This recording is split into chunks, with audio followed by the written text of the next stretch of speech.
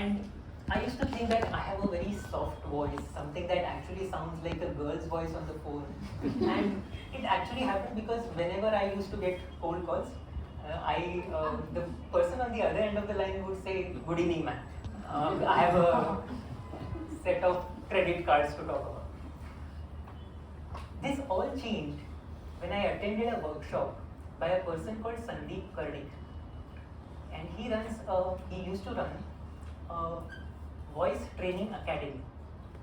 And after attending that 1 day workshop with him, a lot of the myths in my mind about voice were clear. And that is probably the day I can say that my journey to improve my own voice and the voice modulation began in the right earnest. So today, we are again going to do a little bit of exercises, but we are also going to talk a little bit about the fundamentals of what makes a good voice. And on that day with Mr. Karnik, I learned that our voice is made up of 3 elements: pitch, tone, and volume. And all these 3 components of voice are variable in the sense that we have a lot of control on all 3 of these elements that make up any good voice.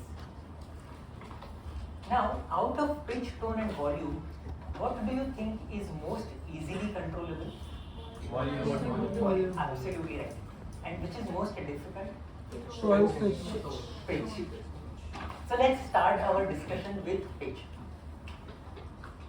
Any singers in the room? We have Pratyush, we have Dimple. Bathroom times. That's the largest toilet in the room. So let me ask Pratyush. Pratyush, if you have to explain pitch in just a few words, how do you do that when you're talking about singing? I mean, it is the frequency at which you hit the notes. It's the frequency. So, like, if we say it's if the person is like speaking or singing in a higher pitch, like, I think the frequency of the voice is higher, and if you're saying it's a low pitch, the frequency is lower. So that is how technically you can describe it. Absolutely. Bang on, you said pitch is nothing but frequency. And over a period of time, from childhood to our growing up years, we all get accustomed to using a certain pitch when we talk. Some people always go into the lower octaves of the pitch. Some people tend to talk at a higher octave. It also varies between men and women because men typically are considered to speak at lower pitches, whereas women typically are said that go into the higher pitches of voice. But frequency is the perfect way of explaining that in a single word. Now, when we look at singing, we know that singers have to master the art of changing their pitch as and when the need arises. And because I have to explain this with examples that all of you might be familiar with, I'll take an example of a song.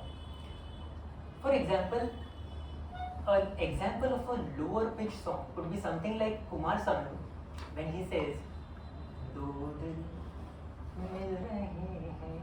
It's a low pitch song. On the other hand, we have Sonu Nigam hitting the high pitches when he says, "Ye dil deewana." So do you understand this difference between that low pitch and the high? Now, because we spoke about Sonu Nigam, he himself in a song goes from the low pitch to the high pitch in the matter of a sentence. There is a song from Main Hoon Na where the line goes as, "Hi, तुमसे मिलके दिल का है जो हाल क्या कहें." This is in the lower pitch, and immediately the next sentence, "Hi, तुमसे मिलके दिल का है जो हाल." The pitch goes to the higher octave immediately in the next sentence.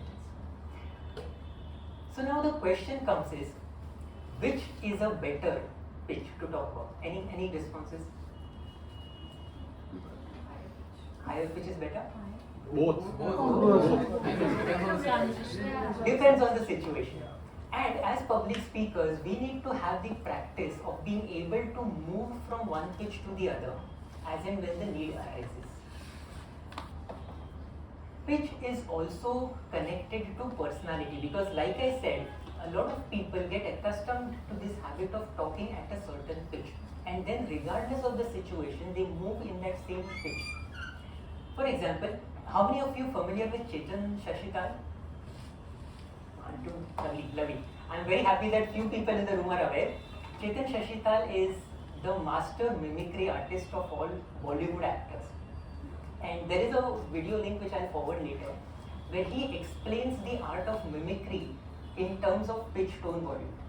And he says that, so for example, someone like the actor Pran always used to talk at a lower pitch of the voice. You can hear a deep, gravelly voice. Where he says, "हम बरखुरदार आज बड़ी जल्दी में लग रहे हैं."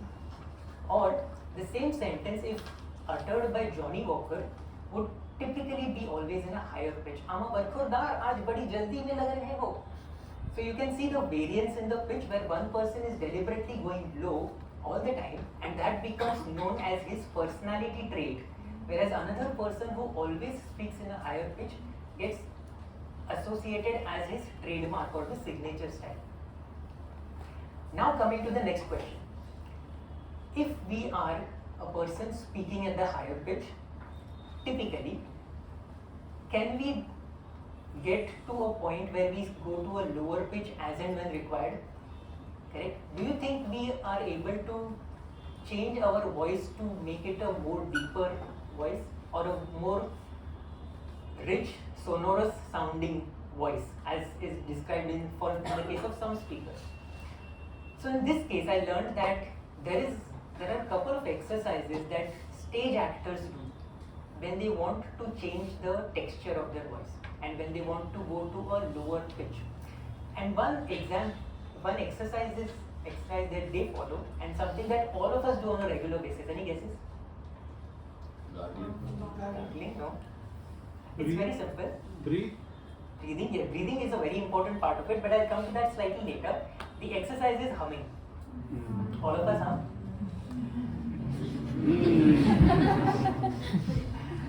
And this is a technique that stage actors use regularly to make their voice sound more deeper. But there is also a right technique to hum. Because when we hum any song or a tune, unconsciously we may either use our throat cavity or our nose to hum, to create that humming sound. So in order to make our voice sound deeper, we need to get into the habit of humming from the throat. And how do we distinguish that? I want everyone to try this, and when you produce the humming sound, pay attention to whether you are feeling any vibration on your lips when you create that humming sound.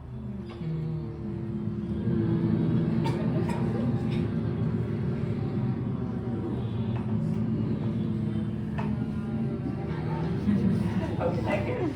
If you felt that vibration on your lips, you are using the oral cavity to create the humming sound. If not, the sound is being produced through the nasal cavity. We have to slowly make that change over a period of time to make sure that we use the throat cavity, and that creates a slightly deeper texture of the voice as we practice this more. Coming rightly to, as you said, breathing.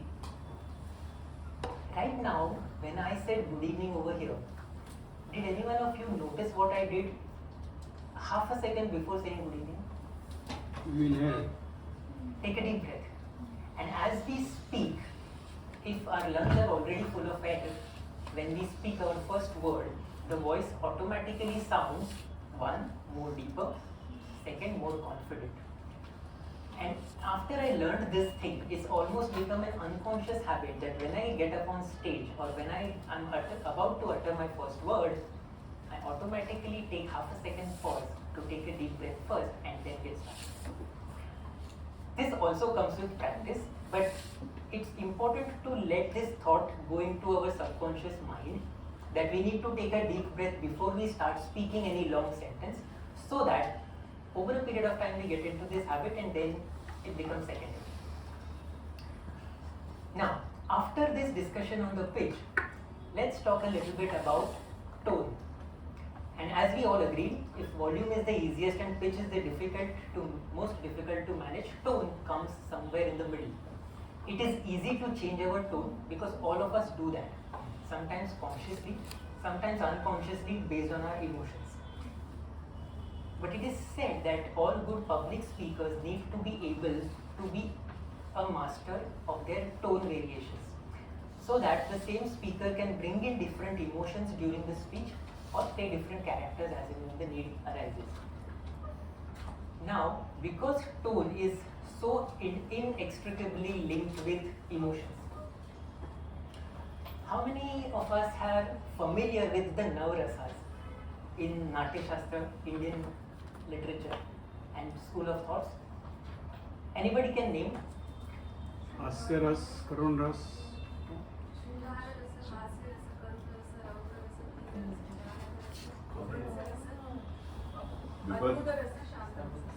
Brilliant. Round of applause, please.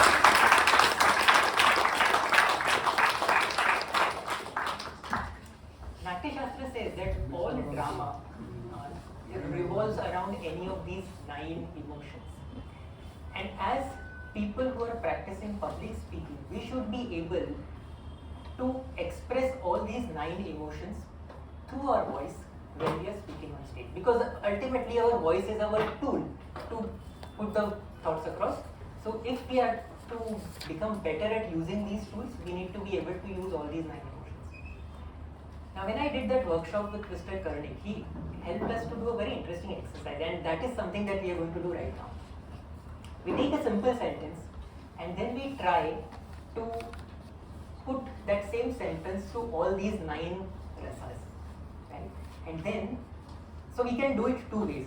We can either talk about the emotion first and then someone will say the sentence, or the person says the sentence first and the audience tries to guess what emotion was that.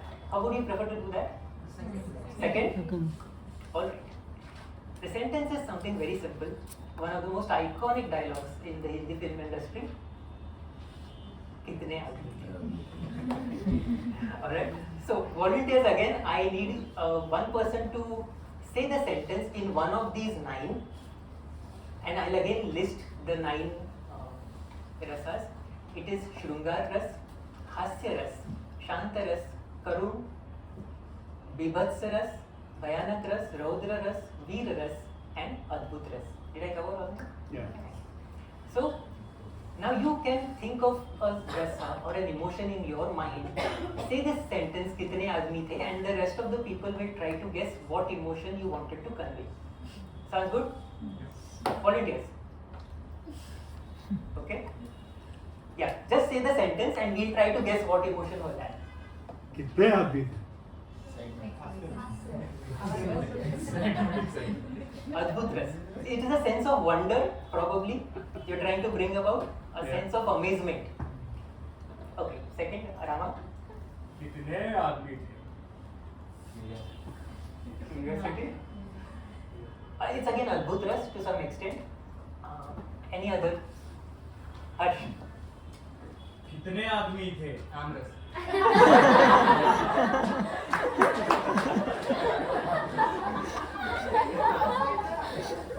Sorry. Okay, let me translate the rasa. So we have Shrungar Ras, which is the slightly sensuous or the erotic ras. We have Hasya Ras, which is the humor part of it. We have Shanta Ras, which is a very calm, composed emotion.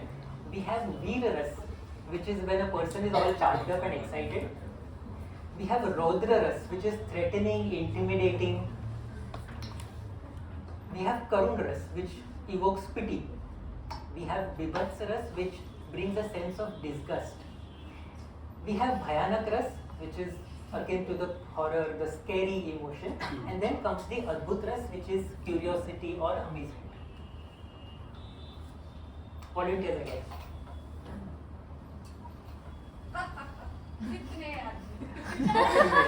Very easy to guess, this is the Hasya. Krishna? कितने आदमी थे? Brilliant attempt, Krishna.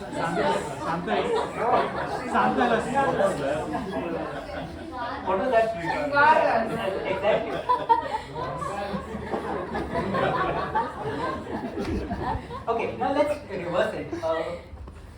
Let's talk about Shantaras. Any volunteers?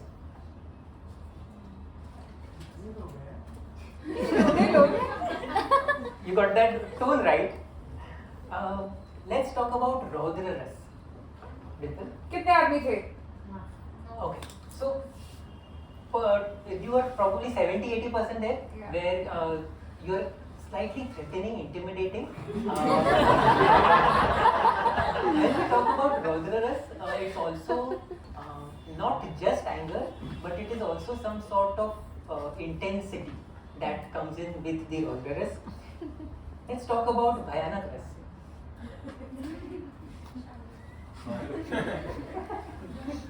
Any volunteers? Yes? कितने आदमी थे? Nice try. When we talk about the Bhayanak Ras, it goes two ways. It's a person who's either scaring others or the person who's getting scared.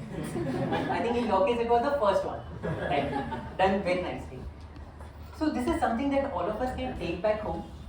We'll not do this exercise in too much of detail, but whenever you have another simple sentence, try saying it in different of these tones or emotions and see whether you are getting it right without telling the audience what tone you had in mind.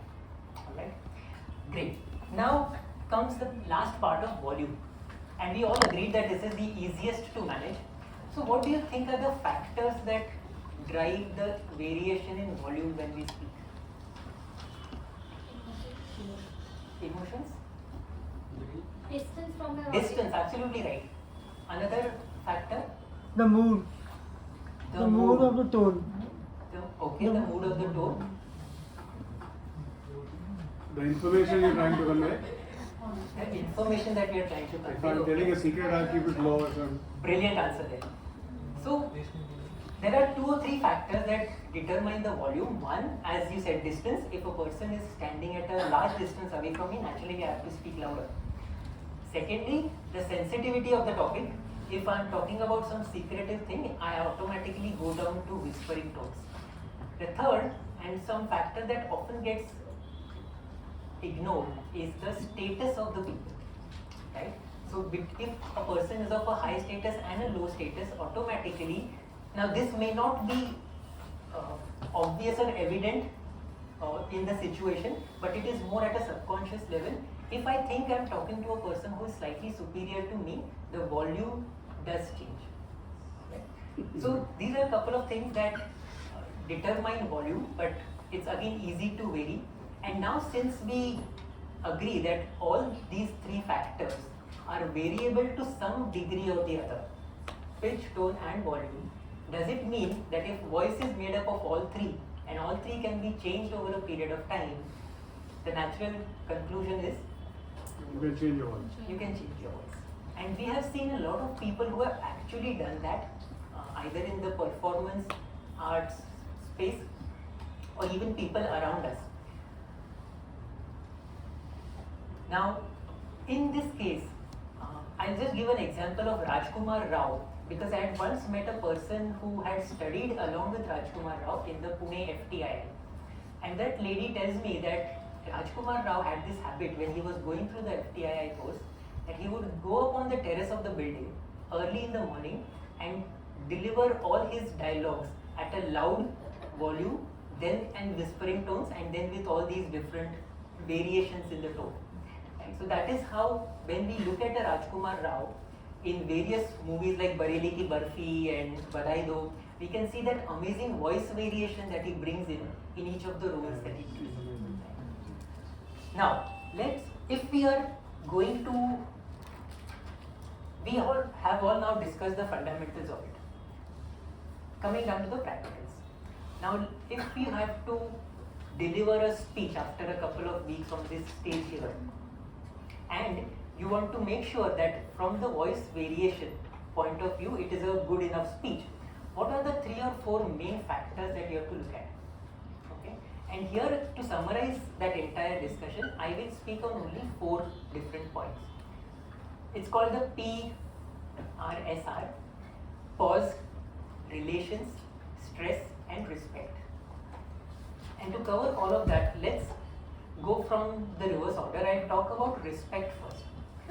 Any guesses what respectful mean in this context? With respect to. With respect to? What are you talking about? With respect to what? That would, in my case, it would be the relations, what we are talking about. Respect actually goes down to talk about the meaning of the words that we are uttering. Okay? And we have to be conscious about the meaning of each and every word that we use and accordingly stress or emphasize that word through voice variation. For example, if a sentence contains the words ugly and beautiful, I obviously cannot say both those words in the same way. Why? Because these words mean exactly the opposite. If I am saying ugly in a certain way, the word beautiful has to come out in a different way to express that emotion, to bring out the meaning of the word. And again, when we are on stage, as when we are beginning our speaking journey, we may not be conscious so much about each of these aspects on the stage when we are speaking, but as we practice more and more, it's important to get this into our subconscious mind. Coming next to stress. Now stress again talks about which is the part that you want the audience to remember. Because when the audience is listening to us, obviously they are not able to see the punctuation marks or the bold highlights or the italics.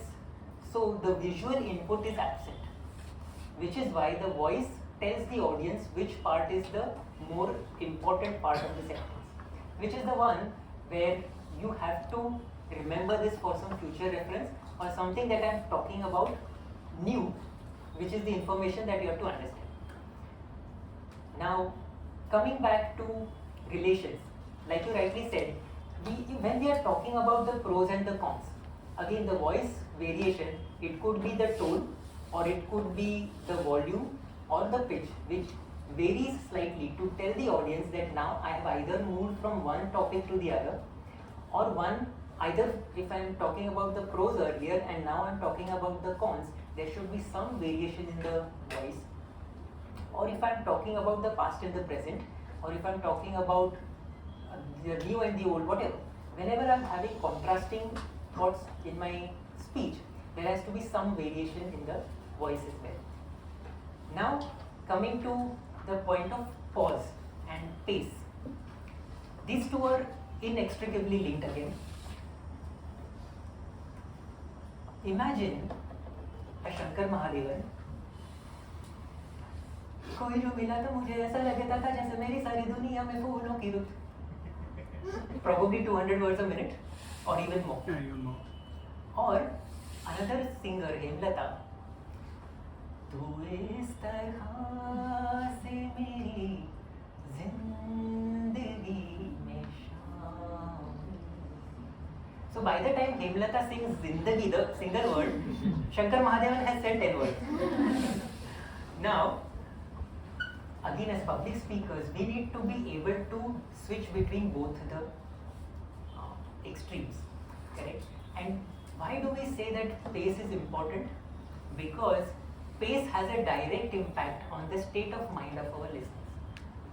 With the variation in pace, with the increase in pace, we can actually increase the heartbeats, the rate of heartbeats of our audience. If you listen to these fast-paced songs like Breathless on loop for 3 or 4 times, you will have a heightened rate of heartbeats.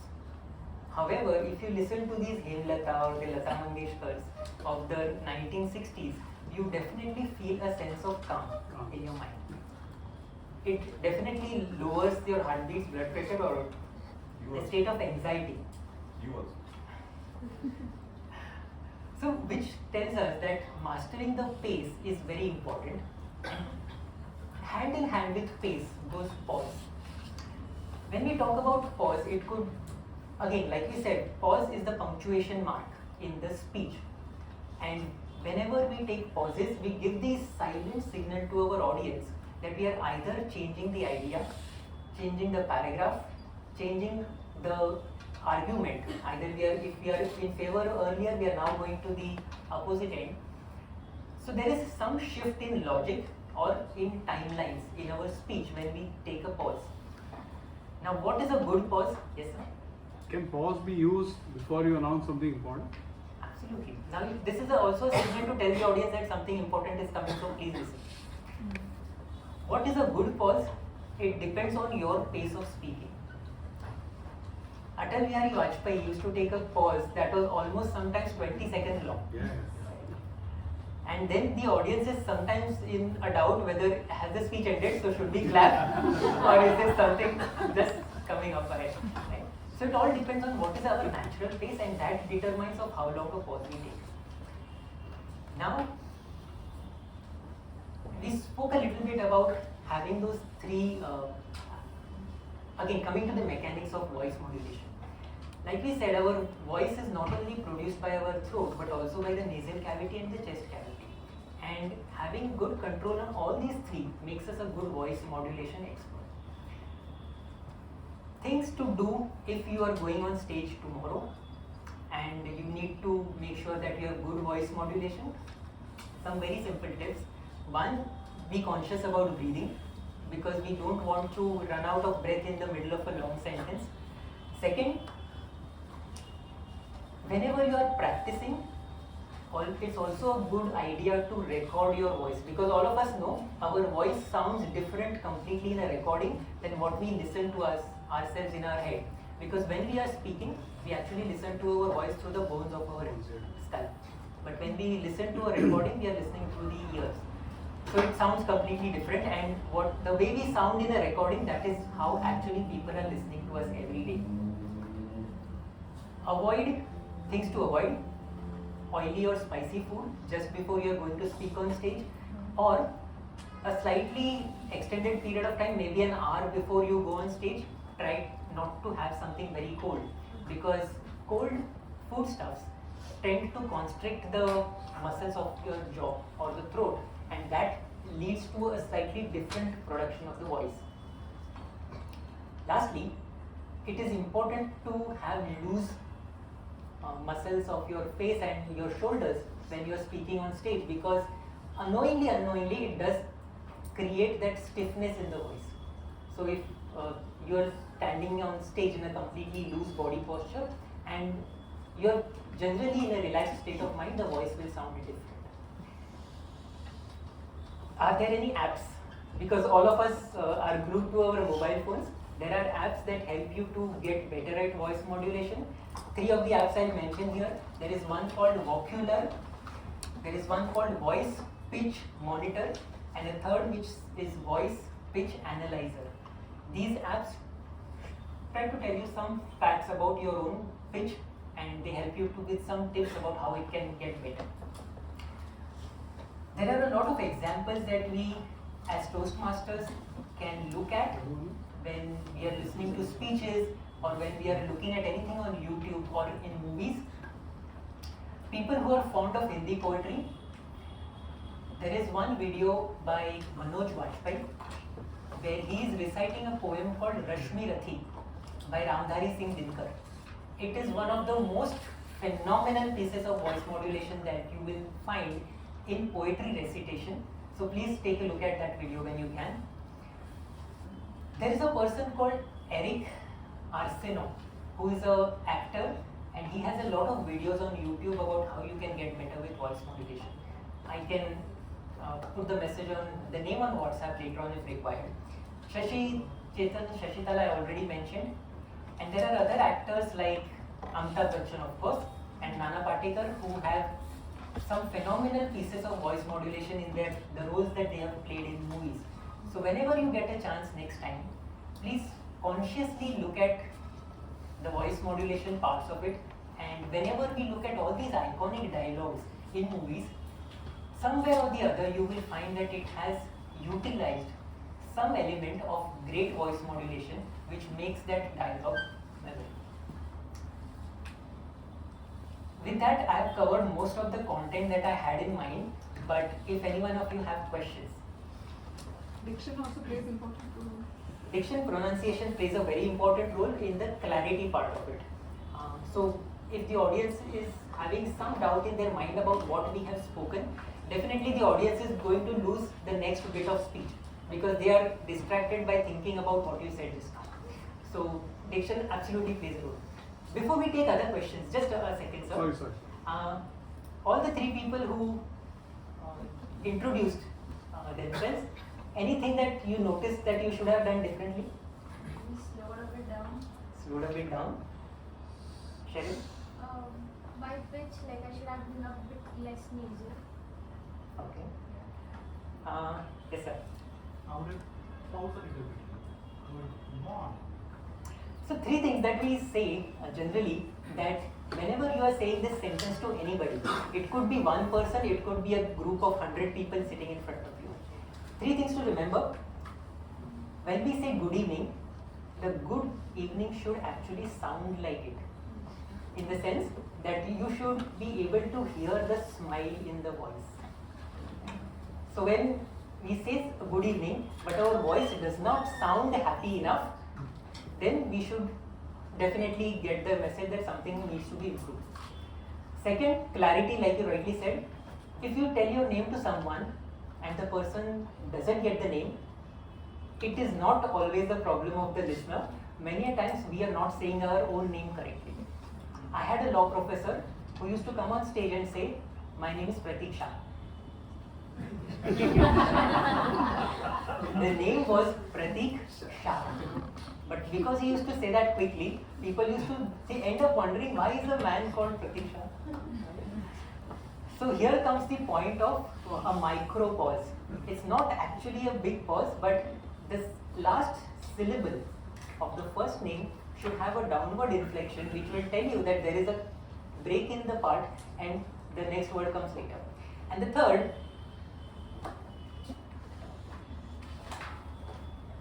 is, like we all said, having a smile on your face actually makes a difference in your voice. And this, all of you must have also noticed this in phone conversations. Although we are not able to see the face of the person, we are always able to make out whether the person is smiling or having a frown on their face. These are some points that we all can take back from the discussion and ponder upon and practice in our next few days and the next time you take the stage here in MTM. Questions again. Last two questions. Yes, sir. The normal days that is there, is that something that is fixed or is that something that can be changed? So what my mentors have told me is that everything can be changed with enough practice.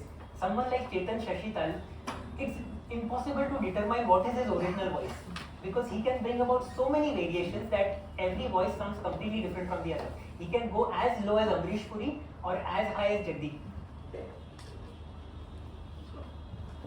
Who is your audience? Does that matter? Absolutely. Yeah, because long time back, I was in the exports business and most of my customers are Americans. So I literally took a course from a call center to sound American. After office, I used to go there for an hour. Hey Mike, good morning, good morning. This is how I used to sound, and I was trained in that way for 2 weeks. And when I spoke to my American customers, they were happy.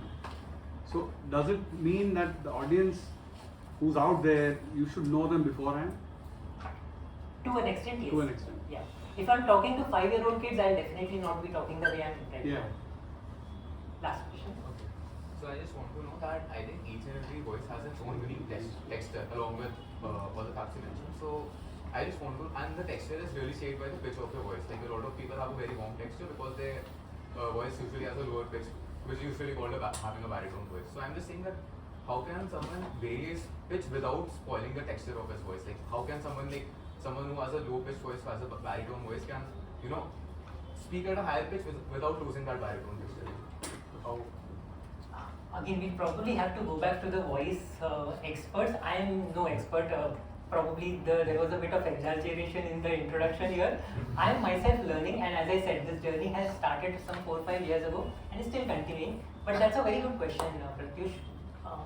We'll probably have to go back to the experts and talk about what are the exercises that don't harm your original texture, but at the same time allow you to get that flexibility in the voice. Yeah. Right? So I'll definitely come back on that one. Yes. What is repo breaking and repo shaking tonality? Have you heard of it? I'll definitely look up on that. Because we are running short of time. One more. Okay. Yes. How can we improve our pitch of voice? So there is nothing like improving the pitch because there is no bad pitch, like there is no bad voice. we only have, as public speakers, we have to be masters at varying the pitch. If I have to create different characters in a story, one character will be speaking in a high-pitched voice, another in a low-pitched voice.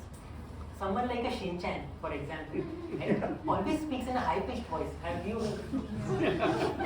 Sorry, I'm just surprised you know Shin-chan. Or you can think about these cartoon characters like Scooby-Doo, right? They speak in a pitch which is not normal for the normal human voice, right? That is not how we speak. But these cartoon characters speak like that because that attracts the attention of the children, right? And the person who does the voice of Scooby-Doo, Shanur Mirza, his natural voice is completely different from the way he creates that Scooby-Doo voice in the animation movie. So there is nothing like a good pitch or a bad pitch. You only have to be good at reaching every pitch as the leader agrees. With that, okay, because of lack of time, we'll wind up the questions, but I'm here. We can connect offline again if we have anything to discuss about voice modulation. And we'll keep this conversation going because the learning at MTM never stops. Thank you very much.